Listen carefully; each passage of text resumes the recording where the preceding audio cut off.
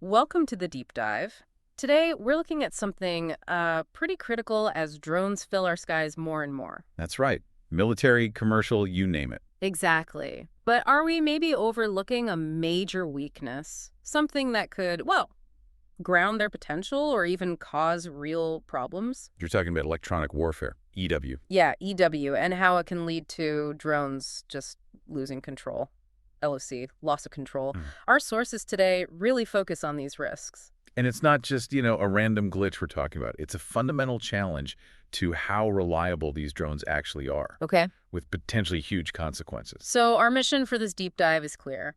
We need to understand these EW threats, specifically against drones. What happens when control is lost? And importantly, what's being done about it? What are the countermeasures? Right. Let's get into it.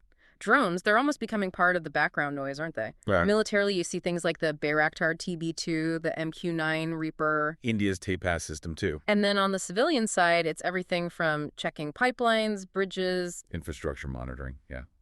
And disaster relief, delivering aid.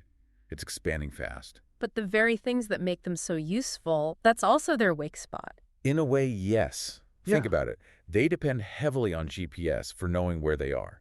On radio signals for the operator to, fly them and get data back. Satellite links for longer range stuff. Okay. All of that operates in the electromagnetic spectrum, and that whole spectrum can be attacked electronically. Right. So electronic warfare against drones.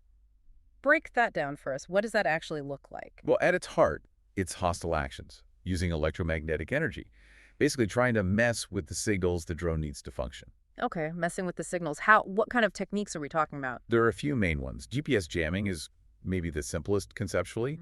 You just flood the area with noise so the drone can't hear the weak GPS signals from the satellites. So it gets lost. Blind, essentially. Pretty much. Then there's GPS spoofing. That's more cunning. Instead of just blocking the signal, you feed it fake GPS data. Convince the drone it's somewhere it isn't.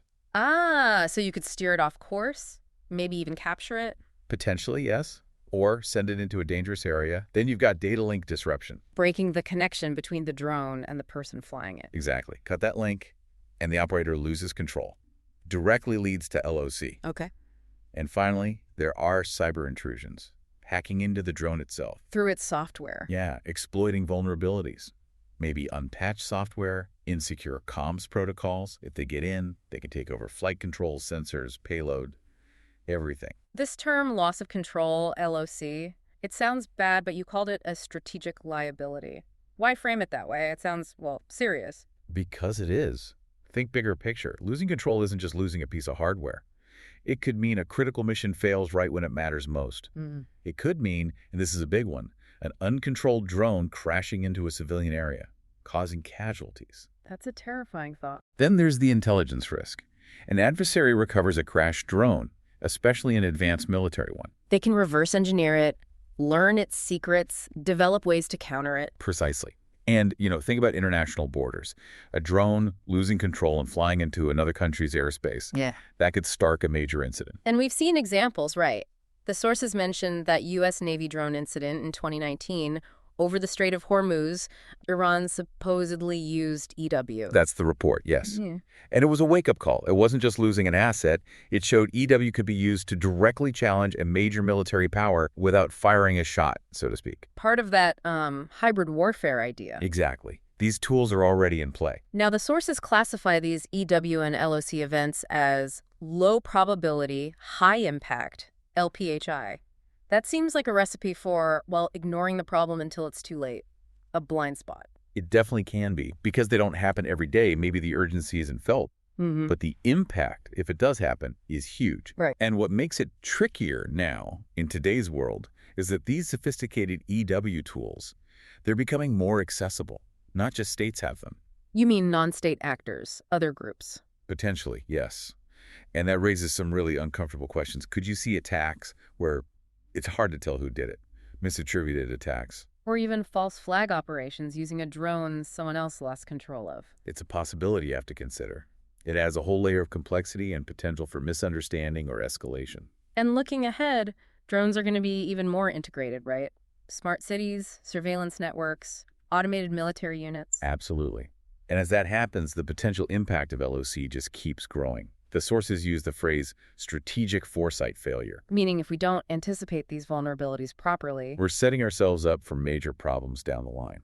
It's not just a technical failure. It's failing to grasp the wider security and societal implications as this tech becomes embedded. Okay, so it's a serious threat. What's being done to fight back? What are the defenses? That brings us to Counter-UAS, right? CUAS. CUAS. It's basically the umbrella term for technologies designed to deal with rogue or unwanted drones. Detect them, track them, and if necessary, neutralize them. What kind of tech are we talking about? It's a real mix. You got things like radio frequency jammers, similar to the attack method, but used defensively to break the drone's control link. Okay. High-power microwaves, HPM, which can essentially fry the drone's electronics. Wow. Then there are directed energy weapons, DDWs, lasers are the main example there, physically damaging or disabling the drone. Sounds like sci-fi, but it's real. It's getting there, yes. We're also seeing smarter detection systems, radar combined with AI to spot drones, especially swarms, early on and figure out what they're doing. Analyze the threat. Exactly. Yeah. Then you have more direct methods, like interceptor drones, designed to physically catch or knock down other drones, nets, projectiles, that kind of thing. It really does sound like a constant arms race in the sky. But the sources said CUAS faces challenges too. It's not a perfect solution yet. No, definitely not. One big issue is the lack of sort of joined-up thinking. Policies are fragmented. There aren't always clear standards for testing or deploying these systems. And a really tough technical problem. How do you tell the difference between a friendly drone doing its job and a hostile one, especially in crowded airspace near airports or cities? Yeah, you don't want your defenses taking out legitimate delivery drones or emergency services UAVs. Absolutely not. That's a major hurdle. False positives could be disastrous. Now, the deep dive gets specific about defense drones, military ones, and these things called tipping points where EW or LOC can escalate really fast. What are those? Right. This is about how seemingly small disruptions can cascade into major failures for military operations. The communication breakdown threshold is a good example. Okay, what's that? It means, maybe there's some intermittent jamming. Annoying, but perhaps manageable. But if that jamming gets strong enough or lasts long enough... Crosses a threshold. Exactly. It crosses a threshold, and suddenly you have a complete irreversible loss of control. The drone is gone. It might crash. It might just fly off. Mission failure. Critical in combat. I can see that. That link is vital. What's another tipping point? Swarm vulnerability and network effects. Drone swarms are powerful, lots of potential, but they're networked. So an EW attack that hits just one or two drones in that swarm. It could spread like a virus through the network. Sort of, yeah. Because they communicate and coordinate, a disruption in one part can cascade, causing confusion, maybe widespread LOC across many drones in the swarm. So the network itself becomes a vulnerability. It can be. It could even lead to unintended engagements if the swarm's coordination breaks down badly. Scary stuff. Okay, what else? Then there's identification and targeting failures. This is huge. Electronic interference could mess with the drone's ability to tell friend from foe. Oh, boy. Or it could simply blind its sensors to real threats nearby. If you cross that tipping point, you risk friendly fire incidents or the drone becoming completely vulnerable because it can't see the danger coming. Leading to accidental escalation, potentially? Absolutely. A major risk. And the last one mentioned was critical infrastructure dependency. How does LOC fit in there?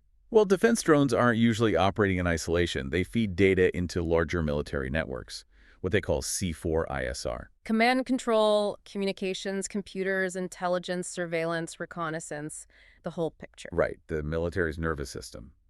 If a key drone or several drones suffer LOC past a tipping point, it doesn't just affect those drones. It can disrupt that whole C4ISR network, degrade situational awareness for everyone. Creating blind spots on the battlefield. Exactly, leading to potentially major setbacks, far beyond just losing the drone itself. So understanding these specific tipping points is key to actually defending against them effectively. It has to be.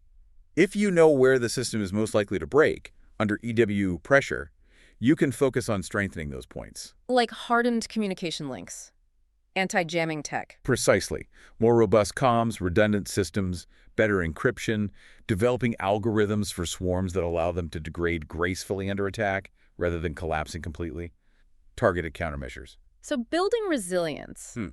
It sounds complex. What are the main strategies the sources point to? It's really a multi-layered approach. First, redundant navigation. If GPS gets jammed or spoofed, Have backups. right, things like inertial navigation systems, which don't rely on external signals, vision-based systems that navigate by sight, using other radio signals for triangulation, having alternatives ready. Makes sense. What else? Secure communications are obviously vital. End-to-end encryption is a must. People are even looking at quantum-resistant data links for the future to stay ahead of decryption threats. Okay. And then there's the AI on board the drone, fail-safe algorithms. Meaning if it does lose the link? It knows what to do. Return to a safe base automatically, or find a safe place to land itself without operator input.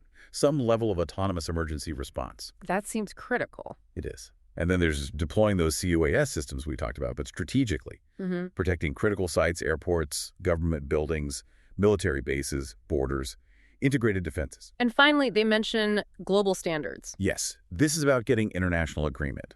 Under bodies like the UN or the International Civil Aviation Organization, ICAO, setting rules for how drones are deployed, what resilience standards they need to meet, how incidents involving EW or LOC are reported and investigated. Trying to bring some order to the skies globally. Essentially, yes, because these drones cross borders, and the threats can too. It really drives home that point about airspace foresight. This isn't just a tech problem for engineers to solve. Not at all. EW basically shines a spotlight on a major vulnerability in a technology that's becoming ubiquitous. And as the drones get smarter, more autonomous, Our ability to govern them, to ensure they operate safely and reliably, has to keep pace.